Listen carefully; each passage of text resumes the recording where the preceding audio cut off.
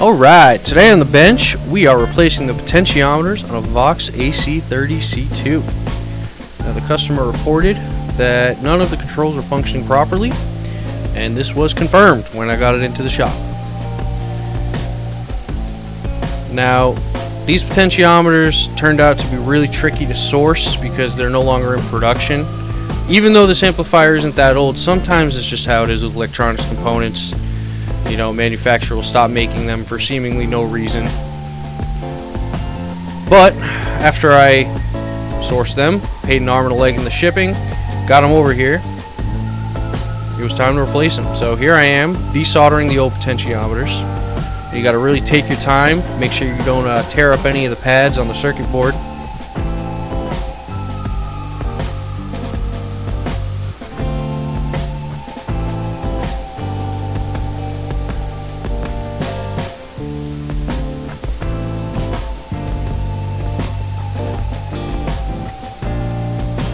And once you get it all desoldered, you know, really hit it with some solder wick, a little extra support there. Make sure that there's absolutely no solder in those pads so that you don't have any issues installing the new potentiometers.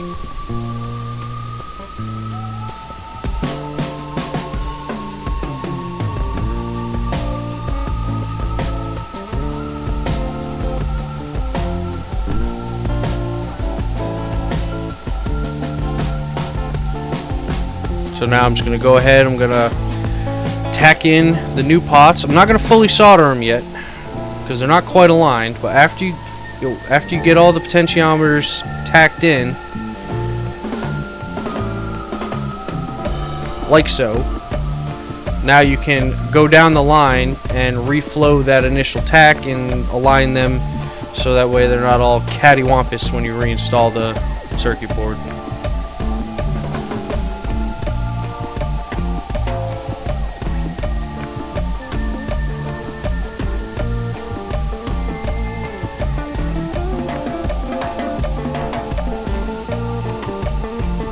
I really give it a good once over, make sure that there's no cold joints or anything, and I'm ready to reinstall it. Now before I reinstalled the circuit board, I really cleaned off the control panel. I personally believe that every control panel deserves to be clean.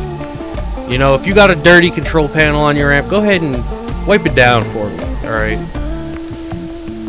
So I'm going to get some of those nuts off the new potentiometers that I installed, but once I do that, I'm ready to start trying to get her in there. So as you can see, I use yellow masking tape to mark off which connector each harness should be plugged into. And this actually turned out to be a really pro gamer move because a lot of the connectors are the exact same type of connector, just with a different designation. And that really saves you a lot of time if you label things when you disassemble the amp.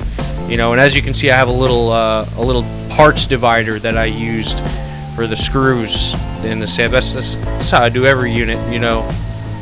Really sort everything out, keep things organized.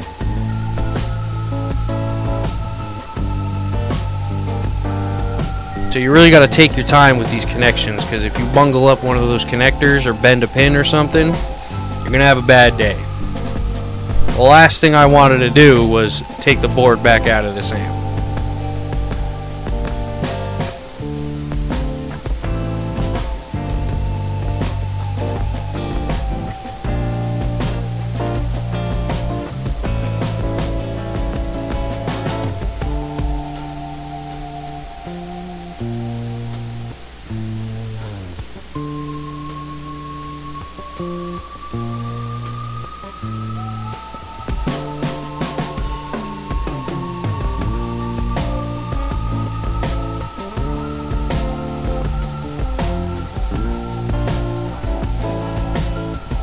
And after I installed the board, got all the connectors replugged in, went ahead and installed all the nuts on the potentiometers, reinstalled the potentiometer knobs, zip tied up. There's a zip tie that I took off. I put another one on, tried to neaten up the cable harnesses a little bit, and then I was ready to put the back on.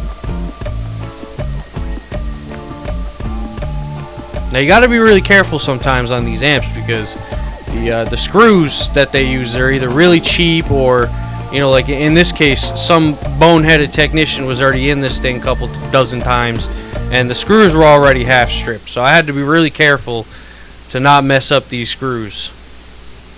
But everything went off without a hitch. I got the back on, and it was about ready for a play test. And let me tell you, there ain't nothing like a cranked AC30 in the shop. Love that sound.